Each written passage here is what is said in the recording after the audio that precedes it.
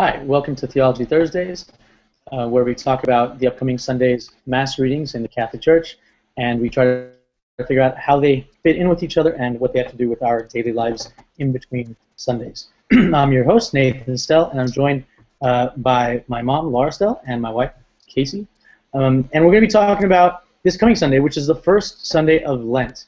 We're beginning the season of Lent, which precedes Easter. So we're going to talk about the readings for this Sunday, and we'll get into the readings specifically. But as I was thinking about Lent and kind of reflecting on what Lent means, I was thinking about a birthday party I threw when I was 25. When I was 25, I decided to have a different type of birthday party than I had before. Usually I would just have people over and we'd kind of hang out or we'd go out or something. But when I was 25, I wanted to have a movie night, and I wanted to not just have one movie that night. I wanted to have like a movie marathon. So what we did was I got the Back to the Future movies, like 1, 2, and 3 Back to the Future, and I set up my apartment so that it kind of, I mean, it was an apartment and I didn't really want to buy too much, but we just set up the couches and we put some like wheels on the sides of the couches, and we set up like a projector screen in front of that.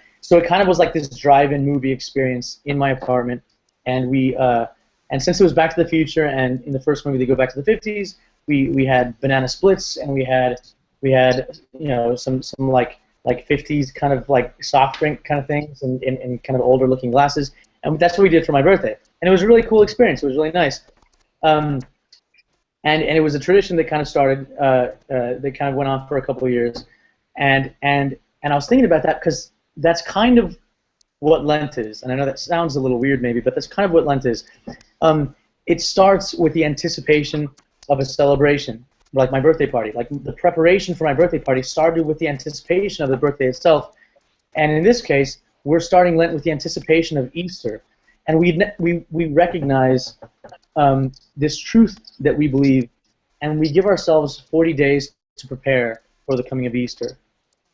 And some people give up something, some people do something extra, but the main point is the celebration. Now, sometimes we can go through the process of cleaning up our apartment or our house or something else without any anticipation of a celebration, and it's not nearly as fun. It's not nearly as meaningful, because when we're doing it for a celebration, for this future thing that's going to happen that we're looking forward to, we kind of give ourselves to it. At least that's how I do it. When I was doing it for my birthday party, I gave everything, all this creativity I had, I mean, I cleaned. I don't clean a lot in general, but I really cleaned my place up because I was really looking forward to it. But we can sometimes not really realize or recognize or live in anticipation of what's coming after Lent. Sometimes we go through Lent that way, and we forget about Easter, and it really makes no sense to do Lent that way, because then it becomes a little twisted. It becomes a different version of what it really should be, and we see that in the Gospel. The whole reason we do the 40 days is because of what we read about in the readings this Sunday. We read about in the Gospel Jesus spending 40 days in the desert and being tempted and really struggling and fasting and praying and doing this in preparation for, as Francis says, the joy of the gospel, in preparation for the joy of living out his mission on earth and doing that for 3 years. And he needed that time. He needed that time in the desert to really solidify, maybe even in his own mind, to really kind of like just strengthen that bond, that connection, that faith and that prayer life that even Jesus as God had to develop over time as a human being. So he did that in the desert. And a lot of times people focus on the death of Jesus and say that he came to die. But really, he also came to live. He came to live and to show us how to live. And that's what he was preparing for. He was preparing for, in the desert, he was preparing to have the strength and the oneness with God to be able to live in a hard world, in a hard situation, doing things that he knew were going to upset many people and many very powerful people, and ultimately lead to his dying on the cross and then his resurrection ultimately. So he was preparing to live a way of truth and a way of sincerity, and to teach other people that, and to preach that, and to heal people. He was preparing for all that in the desert for 40 days. That was his Lent. In the first reading, we see Noah. We're joined with Noah and his family just after the flood, and God gives them a gift of a rainbow as a sign of his covenant with them, as a sign of his promise that he'll never wipe out the whole human race again, and as a sign of that bond between them that they went through. These people who went through this 40-day ordeal on this ark that Noah had built, and these were people that had said yes to God. These were people. It says these 8 people on the ark were people that had said yes. Now God gave this chance to everybody. He told Noah. Noah was like his prophet, but he told Noah, call people, tell people what's going to happen, and no one listened to him except these 8 people. And so God wants us all to be saved. God wants us all to say yes to him. And Lent is that chance. Just like Noah and his family in the first reading had said yes to God. Yes, this sounds crazy, that you're going to send so much water, but you need to build this huge ark and get animals. This sounds nuts. But what does it mean for us in our lives? That we're also called to say yes to God and to leave ourselves open to God, even when what it seems like God is saying might be really kind of crazy sounding. And so Lent is our really chance to do that over and over again. And it's the ritual that we celebrate as Catholics, reminding us of our heritage, really, of our spiritual ancestor Noah and his family, of our brother Jesus, and of all the saints who have gone before us, who have all said yes to God time and time again. And then in the second reading, Peter, it's from 1 Peter. Peter likens the waters of baptism to the waters of the flood, linking that again with the first reading. The flood, those waters through which people are saved.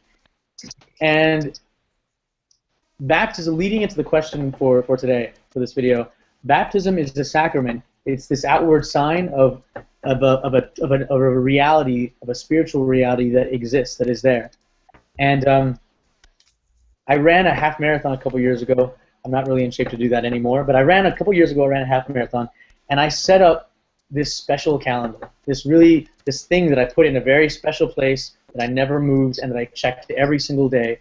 And the calendar was to remind me, not only to remind me of the date of the marathon, but to give me like a little bit of motivation and a little bit of excitement and anticipation to keep doing the training that I was doing daily and to mark off, every single day until I got to the day of the marathon. So signs, sacraments, signs are very important, and they're things to remind us. They're things to motivate us. They're things to inspire us. They're things to show other people who we are and what we believe. And maybe before we're done here, we can share some signs, or you can think of some signs that you've set up, that we've set up in our own lives to remind us of who we are, to remind us of who we want to be, the things we want to say yes to, and the things that we want to say no to. So that's kind of my brief thoughts on Lent. What do you think, Mom? Yeah, I pretty much agree with you. I heard or read somewhere one of the reasons that Lent is so special is because it's a yearly. It's like an annual checkup. When you go to your physician, and this is what Lent for me has become a spiritual checkup. Am I making progress from last year and the year before that?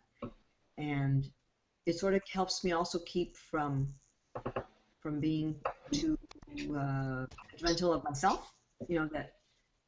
That I can't be holy as the Father is holy all of a sudden. It's a slow process, and it teaches me patience with myself. And if I can have that, then it's easier to have patience with others.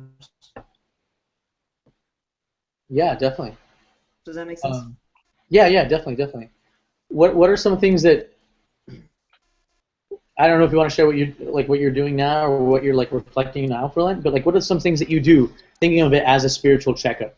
What are some things that you do to kind of prepare and get ready during Lent? Well, I find it really hard to do things that are very heady and very abstract.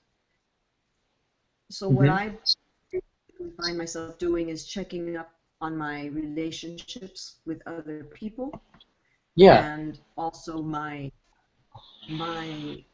ability to be consistent with the projects that I have before me, the attempts that I have made in the past, my resolutions to say read the scripture regularly and to pray always and all these things. Yeah. Those are the things I can check, and usually by Lent, I'm slipping on at least a few of them, and it's a wake up call again, to start again, pick it up again, and it's a reminder too, because when something is slipping, it affects other things in my life, and those are the obvious signs.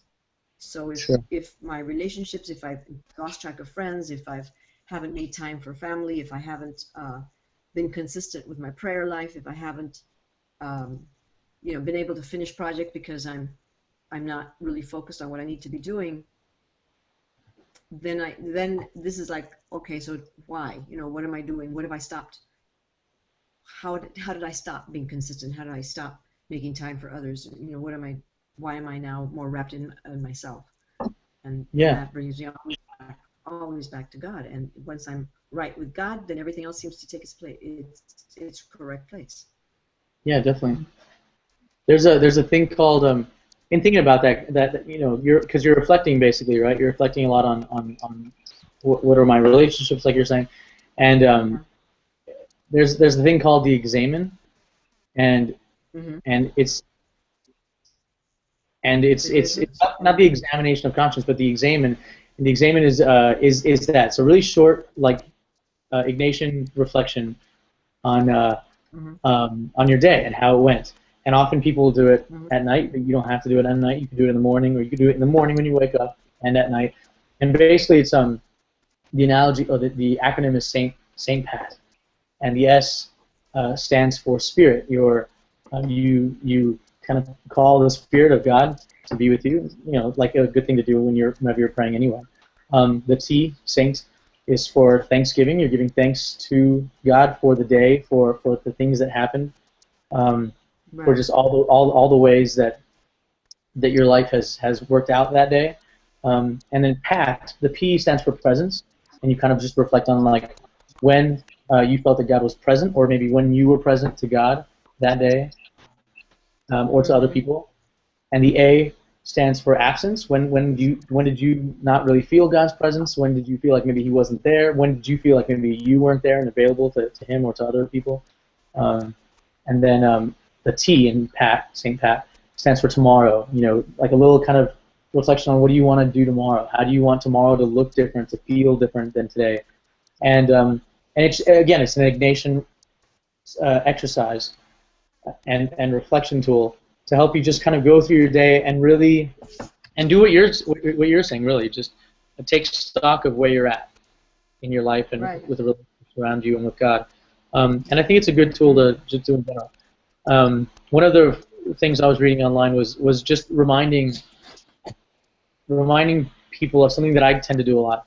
It was saying the things you think of doing on Lent. A lot of times people will kind of trip up. Well, people will maybe like aim a little too high and they'll trip up, and they'll miss it that first day, or they won't do it that second day or whatever, and they'll say, oh, I messed up. I'll just wait till next Lent. Or I'll just wait till Lent is over, or whatever, or I'll wait till next week. And if you're always waiting for next week, then you'll never get it done. And so it was just a reminder to, if you Mm-hmm. trip up, or if you fall, or if you mess up, or whatever, it's okay to start on the second day of Lent, or the third day of Lent, or the second or third week of Lent even. And again, it was a reminder that we have these 6 weeks, these 40 days, to really, whether you see it as a checkup or you see it as as a preparation, or however you see Lent, to do that, to practice your faith in this season of Lent in whatever way you'd like. Right. I also found it interesting because we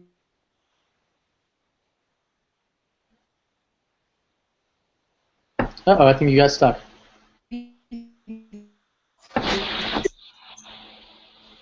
Hold on. Can you say that again?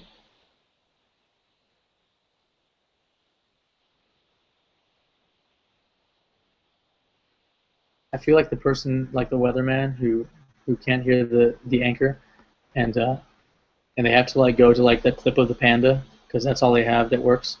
Um, we don't have a clip of the panda right now, but that's okay. Can you hear me, Mom?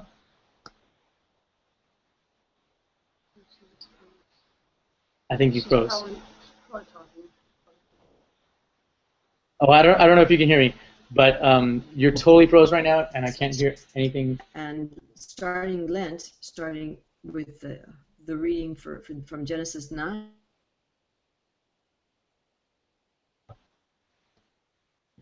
Hold on, Mom. You're kind of cutting in and out.